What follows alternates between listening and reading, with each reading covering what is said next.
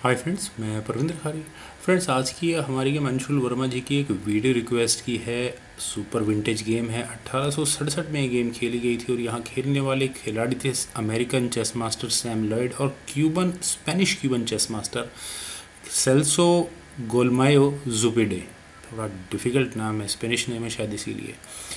तो फ्रेंड्स, यहाँ ये गेम एक अच्छा माइंड टीजर है। जो टैक्टिक्स जो लोग टैक्टिक्स नहीं, जो लोग चेकमेटिंग पैटर्न्स अपनी गेम में ढूंढते हैं उनके लिए एक बहुत अच्छी गेम है ये। तो आइए फ्रेंड्स, सीधा इस गेम को शुरू करते हैं। यहाँ गेम की शुरुआत की क्यूबन चेस मास्टर ने E4 के साथ।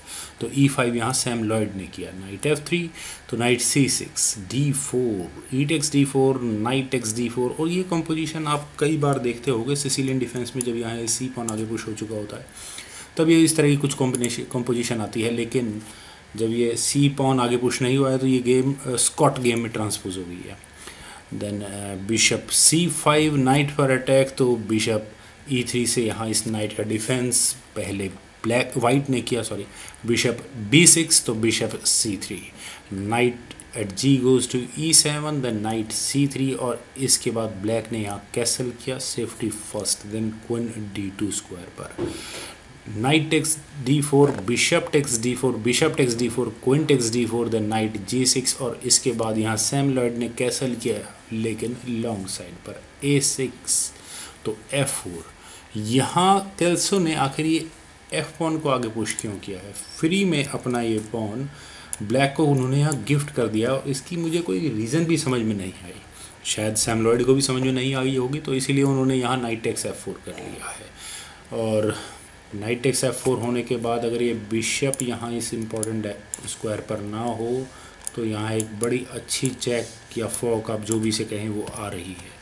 तो इसीलिए शायद यहाँ केल्सो ने अपने किंग को मूव किया B1 स्क्वायर पर। नाइट E6, क्वीन पर अटैक बना तो क्वीन गई D2 स्क्वायर पर। देन B5, बिशप पर अटैक, तो बिशप गया B3 स्क्वायर पर। D6, तो बिशप B5 स्क्वायर पर। रुख पर अटैक, तो रुक गया B8 स्क्वायर पर। देन H6, नाइट C5, तो H6 ताकि H पॉन और ज़्यादा आगे पुश ना हो, तो रुक eight D goes to F1। और आखिर यहाँ वाइट की प्लानिंग क्या है? उन्होंने यहाँ ये F पॉन सेक्रीफाइस किया था, उससे ज़्यादा बेटर। खैर, ऐसी कोई कंडीशन भी नहीं थी और मेरे ख्याल से सैम लॉयड इस G पॉन को लेते ही क्यों। मेरा कहना सिर्फ ये है कि अगर किसी तरह से G फाइल यहाँ वाइट ओपन करवा दे तो काफ़ी डेंजरस अटैक यहाँ बना सकता है वाइट अभी। तो बिशप E6 यहाँ पहले ब्लैक ने किया, ऑफरिंग बिशप एक्सचेंज, जो अभी यहाँ वाइट ने नहीं किया। उन्होंने यहाँ किया G4 और आप कह सकते हैं कि उन्होंने यहाँ इस पॉन को सेक्रीफाइस करने की कोशिश तो की, लेकिन क्या ज़रूरत है? ब्लैक यहाँ ऐसा क्यों करेगा? Bishop takes D5। और अब केल्सो क्या करते हैं? दो ऑप्शंस है इस बिशप एक्सचेंज को आइदर अपने पॉन से कंप्लीट करें या फिर अपने नाइट से। अगर यहाँ E टेक्स D5 होता है, आई थिंक ये बेटर ऑप्शन हो सकती थी। क्वीन G5, यहाँ क्वीन एक्सचेंज करने की कोशिश की जा सकती थी। Queen takes G5, H takes G5, यहाँ ईजिली गेम खैर ब्लैक की लीड में होता, लेकिन गेम ठीक ठाक रहती। पर यहाँ वाइट ने जब नाइट टेक्स D5 किया तो उसके बाद नाइट टेक्स E4 और उन्होंने यहाँ अपना ये पॉन, एक और पॉन गवा दिया, इंपॉर्टेंट पॉन सेंटर का। क्वीन पर अटैक बना पहले, तो क्वीन कहाँ जाए?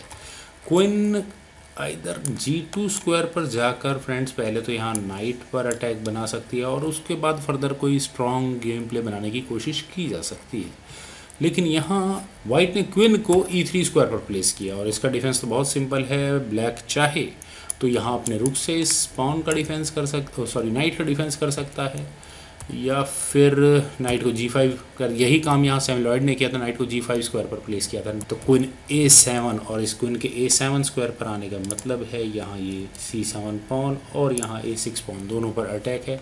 तो बेटर है कि यहाँ सेंटर के नज़दीक जो ज़्यादा पॉन है उसका डिफेंस किया जाए। तो यहाँ सैम लॉयड ने किया रुक C8, तो क्वीन टेक्स A6, कॉर्नर का पॉन। शायद जल्दबाजी की है इस कॉर्नर के पॉन को लेने में। नाइट E4 और फ्रेंड्स यहाँ ये नाइट जब E4 स्क्वायर पर गया है तो अब आप यहाँ देख सकते हैं कि इस नाइट की अगली डेस्टिनेशन क्या है। यहाँ एक फॉक लगाकर रुख पर अटैक करने की कोशिश है। तो वाइट के लिए क्या डिफेंस है? मेरे लिए एक बहुत अच्छी ऑप्शन है यहाँ वाइट के लिए। वाइट यहाँ इस रुख से अपनी क्वीन को दे सकता है, वो यहाँ कर सकता है क्वीन टेक्स C8, क्योंकि यहाँ अगर ये क्वीन ली जाए तो उसके बाद यहाँ नाइट और क्वीन और एक्सचेंज अप होने का पूरा मौका यहाँ वाइट के पास था। और अगर हम यहाँ से इस गेम को आगे बढ़ाएंगे तो पहले यहाँ ब्लैक चेक देगा, चलो night D2 check, king C1 square पर जाएगा। और इस नाइट एक्सचेंज में खैर मेटल एक्सचेंज बिल्कुल इक्वल ही रहेगा शायद, पर फिर भी वाइट अगर ये मूव चलता है तो बेटर ऑप्शन थी, पर वाइट ने यहाँ किया रुक E1, नाइट पर अटैक बना, no use, knight D2 check. Sam Loyd के इस नाइट ने वही काम किया जो वो यहाँ करने आए, तो ये किंग गया C1 स्क्वायर पर, देन रुक A8, क्वीन पर अटैक बना, तो क्वीन टेक्स B5, ये मूव गलत है फ्रेंड्स। अभी भी यहाँ इस पॉइंट पर वाइट नाइट E7 चेक की ऑप्शन कंसिडर कर सकता था, और नाइट E7 चेक अगर होता है तो किस तरह से मेटल एक्सचेंज होगा, क्वीन टेक्स E7 होगा, rook takes E7, rook takes A6, king takes D2, rook takes A2, और 4 पॉन, यहाँ 2 पॉन एक्स्ट्रा, जो कि वाइट पहले अपने गवा चुका है पहले की गलतियों से। पर वाइट ने यहाँ क्वीन टेक्स B5 किया, ये मूव अननेसेसरी है। नाइट F3, रुक पर दोबारा अटैक बना, तो अब वाइट अभी भी चाहे तो चेक दे सकता है, लेकिन अभी यहाँ वाइट ने किया रुक E3, इस नाइट पर अटैक बनाया, तो ब्लैक ने यहाँ किया रुक टेक्स A2, और उन्होंने यहाँ अगले मूव में चेक देकर दूसरे रुक को लेने की थ्रेट दी। तो अब यहाँ वाइट क्या करे, अपने किंग को इस रुक के नज़दीक ले जाए, तो उसके बाद आप देख सकते हैं कि तो चेकमेट की ही थ्रेट हो जाएगी। तो यहाँ से कैल्सो ने किया रुक A3, ऑफरिंग रुक एक्सचेंज, और अगर यहाँ कोई भी समझदार आदमी होगा तो वो यहाँ ज़्यादा से ज़्यादा क्या करेगा, रुक एक्सचेंज कर लेगा। मैं अगर यहाँ इस तरह पॉइंट पर ब्लैक की तरफ से होता तो यहाँ करता क्वीन G5 चेक, किंग हटता मान लो B1 जैसे किसी स्क्वायर पर, तो उसका rook takes A3, B takes A3, और ये गेम ठीक ठाक चलती रहती।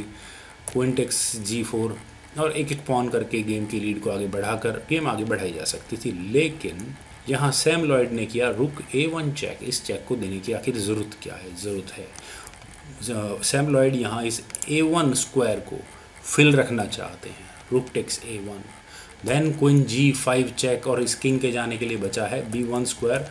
यहाँ ये D1 स्क्वायर हो ही नहीं सकता, अदरवाइज़ यहीं अभी चेकमेट हो जाएगी, लेकिन चेकमेट तो फ्रेंड्स अभी भी हो रही है। नाइट D2 चेक, और अब इस चेक के लिए कम से कम, इस चेक से बचने के लिए कम से कम ये किंग A2 स्क्वायर पर बिल्कुल भी नहीं जाएगा, अदरवाइज़ रुक A8 चेक, क्वीन बीच में लगी तो रुक टेक्स A6 चेक, या जो भी जहाँ भी ये किंग जाए क्वीन जाएगी, और यहाँ ये मेट हो जाएगी।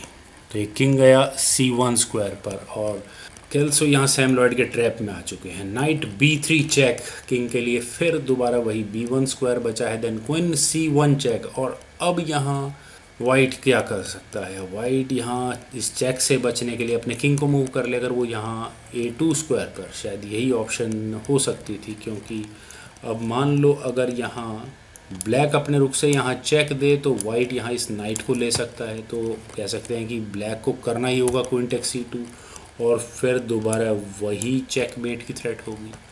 तो इस चेकमेट की मतलब रुक की चेक से बचने के लिए वाइट को यहाँ करना होगा क्वीन C6, ताकि ब्लैक यहाँ अपने इस रुक को इधर ला ही ना पाए। और कैल्सो ने यहाँ किया था रुक टेक्स C1, वही काम उन्होंने यहाँ कर दिया जो सैम लॉयड उनसे करवाना चाहते थे। नाइट D2 चेक इस किंग के लिए बचा है A2 स्क्वायर, देन रुक A8 चेक, और इस चेक से बचने के लिए क्वीन बीच में लगी, लेकिन कोई फ़ायदा नहीं है, रुक टेक्स A4 चेक, और यहाँ ये मेट।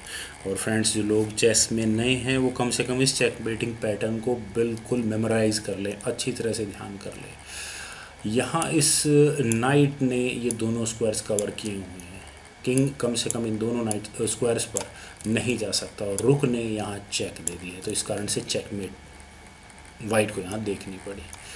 फ्रेंड्स, मुझे उम्मीद है कि आपको ये गेम पसंद आई होगी, यहाँ से इस गेम से आपने ज़रूर कुछ ना कुछ सीखा ही होगा। तो आप लोग इस वीडियो को लाइक करें, शेयर करें, और मेरे इस यूट्यूब चैनल चेस गुरु को प्लीज़ सब्सक्राइब ज़रूर करें। आपके कमेंट्स का मुझे बेहद इंतजार रहेगा। Thank you for watching and bye for now.